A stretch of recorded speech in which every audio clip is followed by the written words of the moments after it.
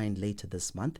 Human Rights Watch is calling for concrete, time-bound actions to end what it calls decades of impunity for Israeli abuses. The organization says this must go beyond statements about two-state solutions, urging sanctions, arms embargoes, and enforcement of international law, including support for the International Criminal Court. Now, joining us is Yasmine Ahmed, UK Director at Human Rights Watch. Yasmine, thank you so much for making the time. Welcome to Channel Africa. Thank you very much for having me. All right. What is Human Rights Watch urging UN member states to commit to at the upcoming high-level conference on Palestine? What do you want them to commit on? Well, what Human Rights Watch is saying is that it's absolutely critical that states at this stage, where we're seeing an unfolding acts of genocide happening before our eyes, that at this conference that's happening this month, it's critical that member states of the United Nations come together and use every piece of leverage that they have to stop Israel from continuing these atrocities. And that includes a comprehensive arms embargo, sanctions on high-level officials, withdrawal and suspension from free trade agreements. Every bit of leverage needs to be used. What we're seeing on the ground in Gaza is nothing short of significant atrocities. It is clear that Israel is carrying out the extermination of the Palestinian people, and states need to act now. What does meaningful action look like for you? And I'm asking because you have warned that more talks of peace without action risks, enabling further atrocities. It's very clear. Right now, at this very moment, all states should be imposing a comprehensive arms embargo on Israel. There should be no arms and military equipment or military assistance given to Israel while it continues to carry out these atrocities. Just this week, from the 19th of July to the 23rd, 43 people, including children, have died of malnutrition, starvation.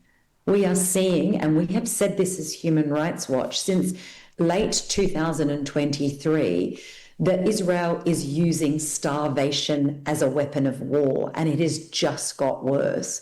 Where is the moral compass of this world? We need to see it now. And if the international community gets together at a time of ongoing genocidal acts and does not do and take concrete measures, they will have failed at every single measure.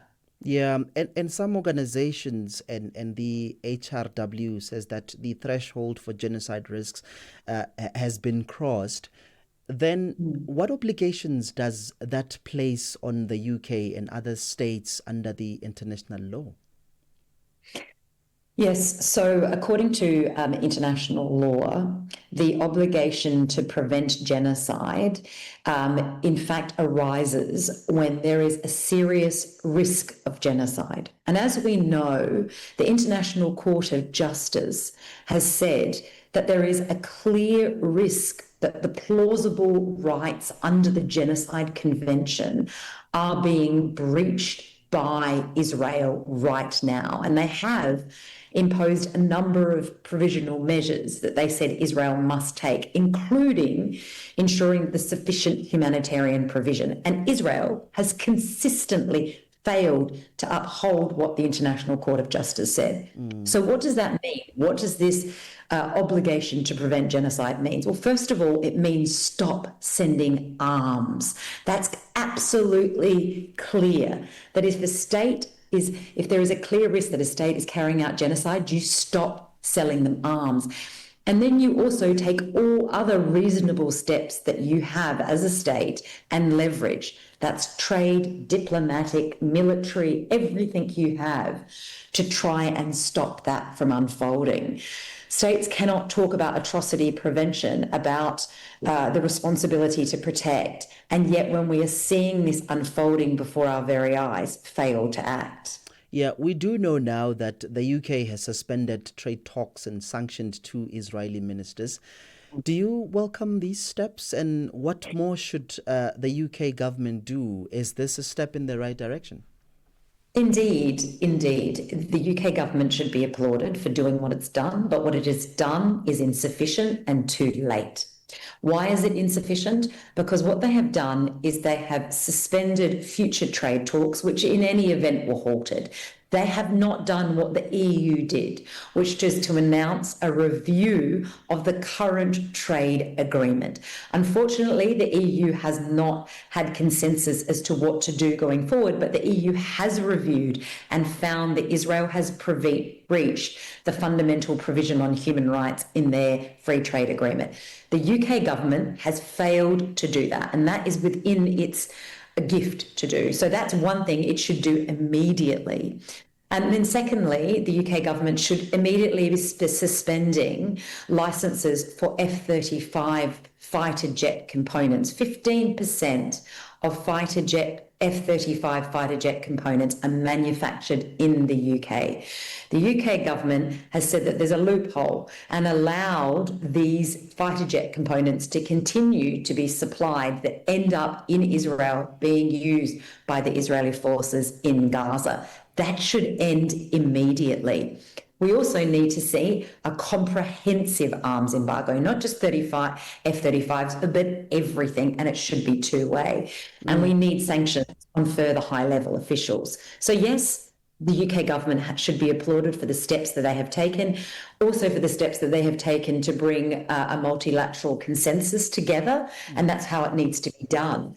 But right now, they need to be using every leverage to the extreme to stop what we know are atrocities and famine, a man-made famine from spreading. Yeah, but when you look at the global arms embargo that you're calling for, what are the chances of UK supporting such measures in your view?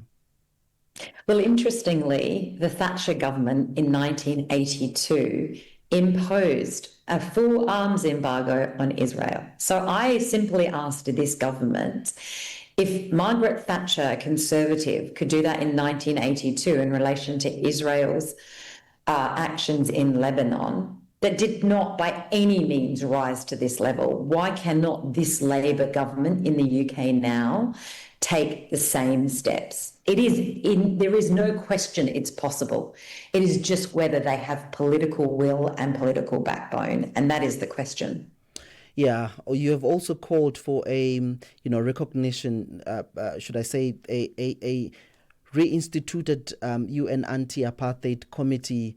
What would be the purpose of that today, in your view?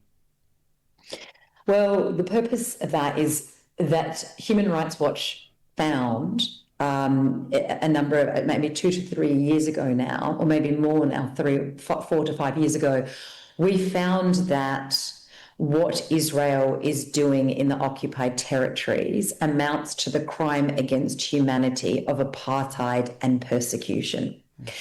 And what we are saying, it is absolutely critical that the UN recompose its body to oversee measures to ensure that those acts are not continued, and to be reporting back to the UN General Assembly on the measures that must be instituted to end that. As we know that it is possible to end the crime of apartheid. It happened in South Africa. What we are saying now is that UN bodies and states need to end this crime against humanity of apartheid and persecution. And they need to be using all the leverage, and the UN needs to be constituting all of the committees and all of the measures that they have to do that. Yeah, Yasmine, finally, what outcome would you like to see from this conference? And what's the state government fail to act? What is it that you want to see happening in this conference? What we need leaders of the world to be at this conference. We need the prime ministers, the presidents to be sitting around this table, and we need clear, time-bound commitments to take these concrete measures. We don't need any more threats, any more talk. What we need is concrete action in the form that we've been discussing, which is a clear two-way arms embargo, a suspension of trade agreement, sanctions on Israeli officials. We need them to be saying, this is what we are doing collectively as an international community. If they fail to do that, they will have failed not just the Palestinians in Gaza right now who are starving to death, but they will have failed Palestinians more generally, and they will have failed the very purpose of why the UN was set up and the very purpose of the world order that was set up post the Second World War. This is a moment that they need to act, and all eyes will be watching. Yasmine, for your time, I thank you. Thank you.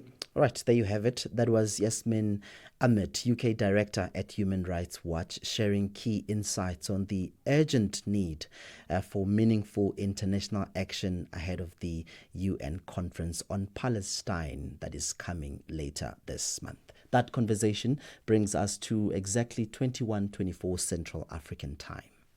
Stella Longwe.